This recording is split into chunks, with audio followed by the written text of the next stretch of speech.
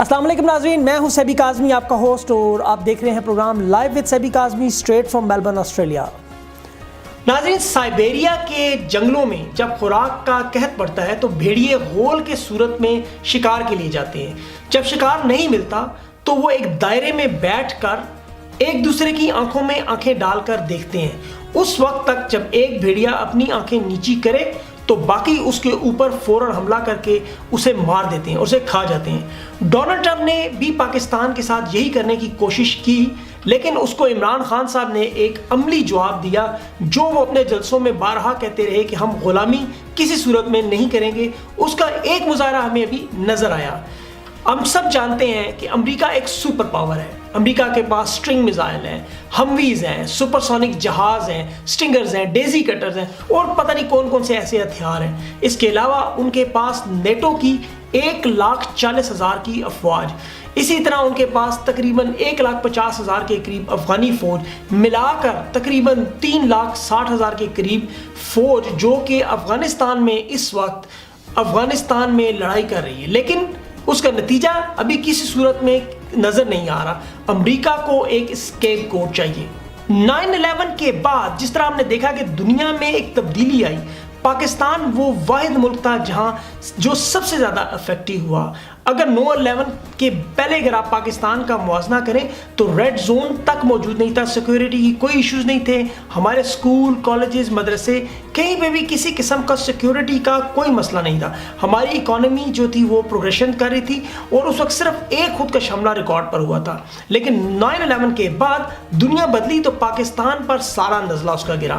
پاکستان میں خودکش حملے بھی شروع ہو گئے۔ ہماری افواج نے 75,000 سے زائد قربانیاں دیں، سویلین لوگ بھی اس میں بہت سارے شہید ہوئے۔ 123 ارب ڈالر کا نقصان علیحدہ ہوا۔ یہ سارا ہم اس جنگ میں پڑھ کر ہوا جو ہمارے گلے میں ایک ڈھول کی طرح زبردستی ڈالی گئی، جسے ہمیں بجانا ہی پڑا۔ ڈونلڈ ٹرمپ نے پاکستان کو انڈر ایسٹیمیٹ کیا۔ وہ اس کو پہلے والے جو قائدین تھے ہمارے پاکستان کے لیڈر، جو کہ اپنے ہاتھ میں پرچیاں تاش کے پتوں کی طرح اپنے دل کے ساتھ رکھ کر پڑھتے تھے اور بات کرتے تھے۔ لیکن ڈونلڈ ٹرمپ کو شاید اب احساس ہو گیا کہ پاکستان اب وہ ترن والا نہیں کہ جسے وہ اپنی ٹویٹ سے مار دیں گے۔ امریکہ نے بہت کوشش کی، لیکن افغانستان میں اس جنگ کا کوئی نتیجہ نظر نہیں آ رہا۔ ہلاکتیں اور $1 ٹریلین کے نقصان کے بعد اب وہ وہاں سے نکلنے کا کوئی سیف پیسج، کوئی راستہ ڈھونڈ رہے ہیں۔ ایسے میں پاکستان انہیں ایک واحد بلی کا بکرا نظر آ رہا ہے، جسے وہ قربانی کا بکرا بنا کر پوری دنیا کے سامنے مورد الزام ٹھہرا کر نکل سکتے ہیں۔ ماضی میں وہ اس طرح کر چکے ہیں۔ لیکن اس سے پہلے کہ ہم آگے بڑھیں، ہم آپ کو ماضی میں ہی ہلری کلنٹن، جو کہ صدارتی امیدوار، وزیر خارجہ اور بل کلنٹن کی وائف، ایک اہم ترین رکن اسمبلی بھی ہیں اور سینیٹر بھی ہیں، ان کی میں آپ کو ایک چھوٹی سی ویڈیو دکھاتا ہوں جس میں وہ کس طرح کنفیشن کر رہی ہیں۔ آپ یہ ویڈیو دیکھیں۔ We also have a history of kind of moving in and out of Pakistan. I mean, let's remember here, the people we are fighting today, we funded 20 years ago. And we did it because we were locked in this struggle with the Soviet Union. They invaded Afghanistan, and we did not want to see them control Central Asia. And we went to work. And it was President Reagan, in partnership with the Congress, led by Democrats, who said, you know what, sounds like a pretty good idea. Let's deal with the ISI and the Pakistani military, and let's go recruit these mujahideen, and let's get some to come from Saudi Arabia and other places, importing their Wahhabi brand of Islam so that we can go beat the Soviet Union. And guess what? They retreated, they lost billions of dollars, and it led to the collapse of the Soviet Union. So there's a very strong argument, which wasn't a bad investment to end the Soviet Union, but let's be careful what we sow because we will harvest. So we then left Pakistan. We said, okay, fine, you deal with the stingers that we've left all over your country. You deal with the mines that are along the border. And by the way, we don't want to have anything to do with you. In fact, we're sanctioning you. So we stopped dealing with the Pakistani military and with ISI And we now are making up for a lot of lost time.